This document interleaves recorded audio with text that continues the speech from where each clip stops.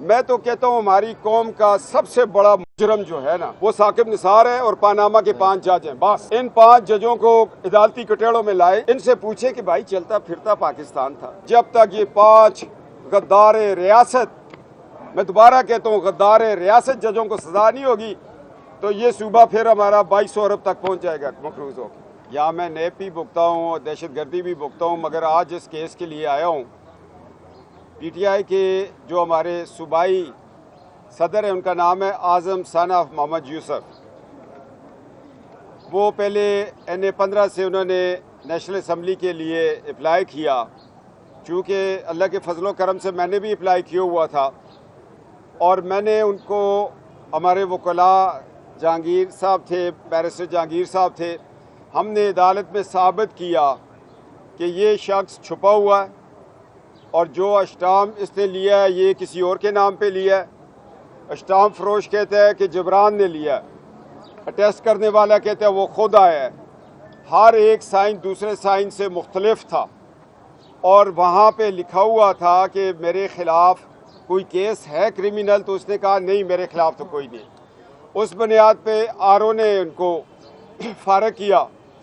پھر یہ ایبٹ آباد ہائی کورٹ میں گئے, وہاں سے بھی یہ نااہل ہو گئے. پھر پشاور میں آئے. پشاور میں جب انہوں نے دیکھا کہ یہاں سے بھی نااہل ہو رہا ہوں, ہو ہی گئے نااہل جو ہمارے پاس آرڈر ہے, پھر موصوف چلے گئے سینٹ کے لیے. جب سینٹ کا الیکشن آیا تو اس میں انہوں نے کچھ کیسز کی ضمانتیں کروائی, اس میں ٹیکنوکریٹس پہ چلے گئے اور جنرل سیٹ پہ. اور اللہ کے فضل و کرم سے ٹیکنوکریٹ سے یہ ناک آؤٹ ہو گئے کہ ہم نے ثابت کیا کہ یہ ٹیکنوکریٹ نہیں ہیں. اس لیے ان کے پاس ایک لاء کی ڈگری ہے مگر انہوں نے پریکٹس نہیں کی. وہ لاء کی ڈگری تو اگر میں کہوں جی میں کمیشنڈ آفیسر ہوں اور مجھے پشاور میں اب بریگیڈ کمانڈر لگا دو, ایسے تو نہیں ہوتا. اس کے لیے تو ایک طریقہ ہے, اس کے لیے کمیشنڈ آفیسر بننا پڑتا ہے, پھر امتحانات پاس کرنے پڑتے ہیں, رپورٹس لینی پڑتی ہے, کورسز کرنے پڑتے ہیں, سیاچن گلیشیئر پہ جانا پڑتا ہے, ضرب حسب کرنا پڑتا ہے, پھر جا کے کہیں بورڈ میں اپیئر ہو کے بندہ بریگیڈیئر بنتا ہے. یہ کہتے ہیں میں نے لاء کیا ہوا ہے تو لہٰذا مجھے ٹیکنوکریٹ پہ لے آئیں. عدالت نے اڑا کے رکھ دیا. 1993 میں انہوں نے الیکشن لڑا, ادھر کہیں انہوں نے مینشن نہیں کیا کہ میں امریکہ کے اندر لاء پریکٹس کرتا ہوں, وہاں بزنس لکھا. 97 میں انہوں نے الیکشن کیا, وہاں بھی لکھا بزنس کرتا ہوں, اور اتنا بڑا اپنا پروفائل دیا, اللہ ان کو اور دے. لاء پریکٹس والا تو بیچارہ مشکل سے یہاں سے پیٹرول ڈیفینس اور ڈیفینس سے ادھر تک ایات آباد بچے اسکول عدالت یہی ہوتا ہے. کیوں جی؟ انہوں نے بلینز آف روپیز کا بتایا.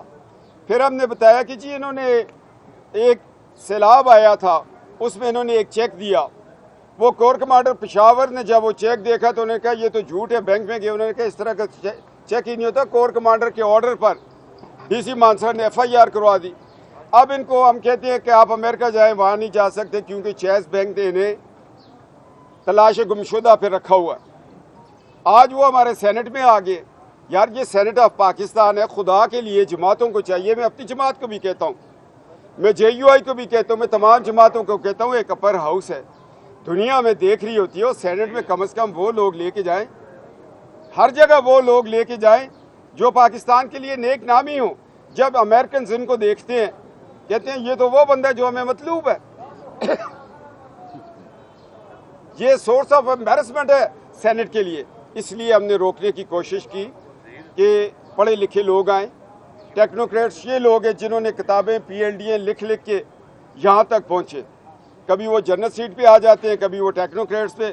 اللہ کے فضل و کرم سے آج جس طرح ہمارے وکلاء نے کیس لڑا ہے, مجھے اللہ کے گھر امید ہے جس طرح یہ مانسرا میں ناک آؤٹ ہوئے, یہاں پہ ٹیکنوکریٹ بھی ہوئے, اب جنرل سیٹ پہ بھی اللہ ان کو ناک آؤٹ کرے کہ پاکستان کی سلامتی کی بات ہے. میں نے تو جج صاحب سے بات ہی نہیں کی, میں نے کہا موصوف تو 9 مئی کے حملوں میں بھی برابر کے شریک. سالمیت پاکستان پہ مانسرا کے اندر ایبٹ آباد میں بلوچ سینٹر میں جو حملہ ہوا ہے, یہ اعظم صاحب اس میں پورے ملوث تھے. اگر انکوائری ہوگی تو پکڑے جائیں گے, ان کے رشتہ دار پکڑے جائیں گے, بھتیجے پکڑے جائیں گے.